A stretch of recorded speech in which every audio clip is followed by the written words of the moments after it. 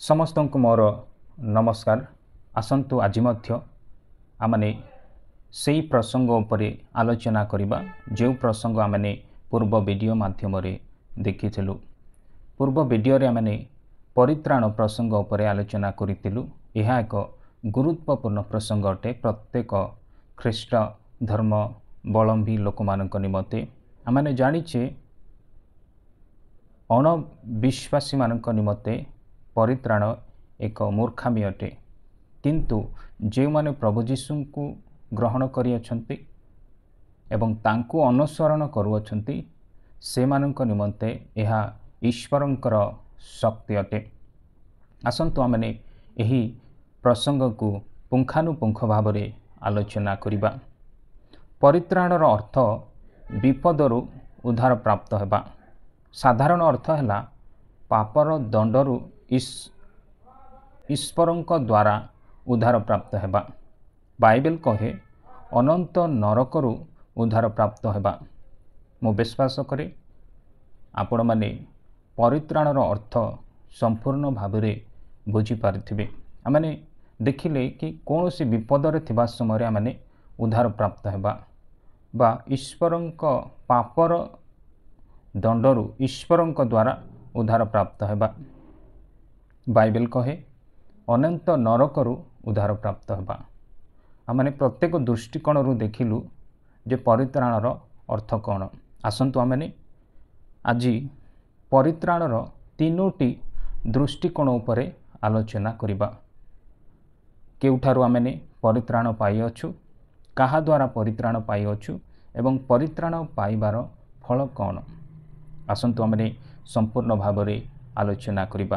परित्राणर अर्थ एक विपदर परिस्थिति उद्धार प्राप्त हेबा। पुरातन नियम अनुसार हिब्रू शब्द भाषांतर कले परित्राणर अर्थ उद्धार। कौन सी व्यक्ति कष्ट दुख ताड़ना बा दासत्व बंधन रे बा कौन सी व्यक्ति द्वारा क्रोधर शिकार समय उद्धार प्राप्त हेबा परित्राण कह जाए। द्वितीय राजावली तार 19 पर्वर 19 पदरे आमने देखा पारुचु हिजकिय प्रार्थना करथिले अस्पर्य मानक ठारू उद्धार पाइबा निमंते। एही परिस्थिति रे आमने देखुछु कि वर्तमान परिस्थिति उद्धार पाइबा निमंते से ईश्वरंक निकट रे प्रार्थना करथिले। एठारे जो उद्धार पाई से चाहिथिले ताहा सेमानकर वर्तमान परिस्थिति पाई। सेहीपरि दाऊद मध्य प्रार्थना करथिले। गीत तार 54 गीत 1 पर्व रे लेखा होई अछि साउलंक हस्तरु तांको उद्धार करिबा निमंते। दुईटी परिस्थिति रे माने देखिलु से माने निजर जीवन को शारीरिक भाव में उद्धार पाइबा निमंते से ईश्वरंक निकट रे प्रार्थना करथिले। माने देखिलु यही उद्धार शारीरिक भाव उद्धार जहाँकि से माने जो परिस्थिति रे थिले से परिस्थिति उद्धार पाइबा निमंते से ईश्वरंक निकट रे प्रार्थना करथिले। पुरातन नियम रे देखुछे ईश्वर उद्धारकर्ता बा रक्षाकर्ता भाव में। नूतन नियम रे परित्राणर अर्थ है पापर दंडरु उद्धार पाइबा, ईश्वरंक क्रोधरु उद्धार पाइबा बा ईश्वर निज पुत्र को जगत को प्रेरण कले ताहांकर अनुसरण कले आमने अनंत नरकरु बा ईश्वरंक क्रोधरु उद्धार पाइबा। वर्तमान आमे देखिबा काहा द्वारा आमे उद्धार पाइछु बा पाई परिबा। प्रेरित तार 16 पर्वर 30 पदरे आमने गोटिए जीवंत उदाहरण देखिबा को पारुछु। कारारक्षक एवं पाउल सिलांकर कथोपकथन एवं कारारक्षक जीवन परिवर्तन उपरे। जेतेबेले पाउल एवं सिला से माने कारागार रे थिले सेही समय मध्य रात्रि रे से माने ईश्वरंक निकट रे प्रार्थना एवं स्तुति गान करने को लगिले। सेही समय अन्य कारागार रे बंदी अवस्था रे थिबा लोक माने ताहा शुणुथिले। किंतु किछि समय मध्यरे अचानक भूमिकंप हेबाकु लागिला। ଏବଂ କାରାଗାରର ସମସ୍ତ ଭିତ୍ତିଭୂମି କମ୍ପିବାକୁ ଲାଗିଲା ଏବଂ ସମସ୍ତ କବାଟ ଝରକା ସବୁ ଖୋଲା ହେବାକୁ ଲାଗିଲା।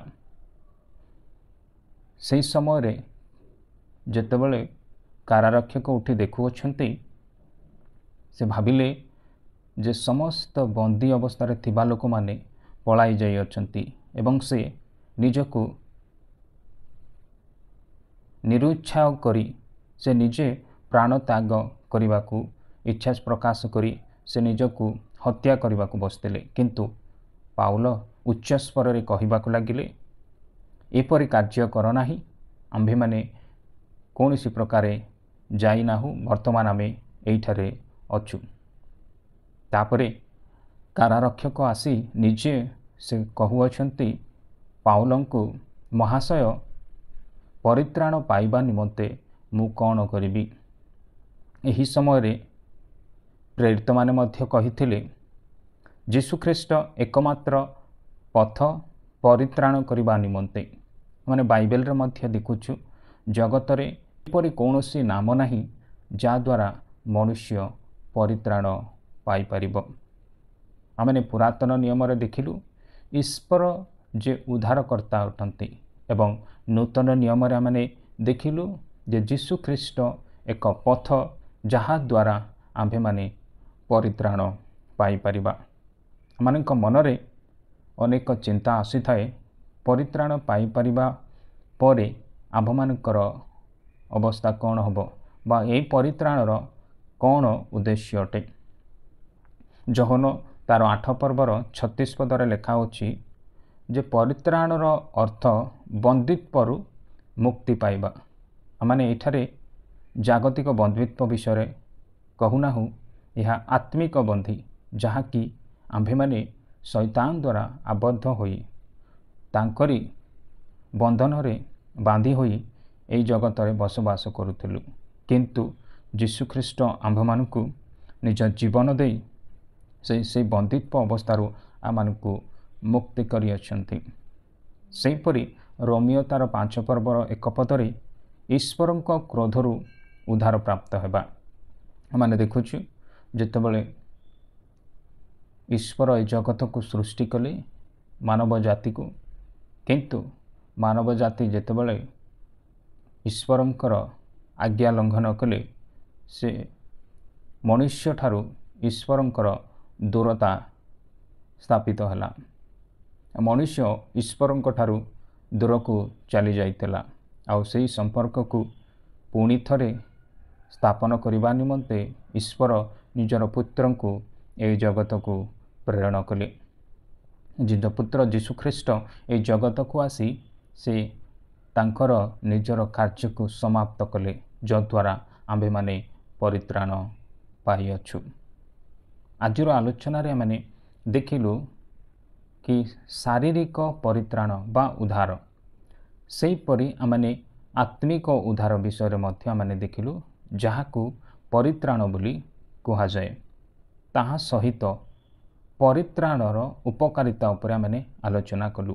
ଆମେ ବନ୍ଦିତ୍ୱ ଅବସ୍ଥାର ମୁକ୍ତି ପାଇଲୁ, ଈଶ୍ୱରଙ୍କ କ୍ରୋଧରୁ ମୁକ୍ତି ପାଇଲୁ ଏବଂ ଅନନ୍ତ ଜୀବନର ଅଧିକାରୀ ହୋଇପାରିଲୁ।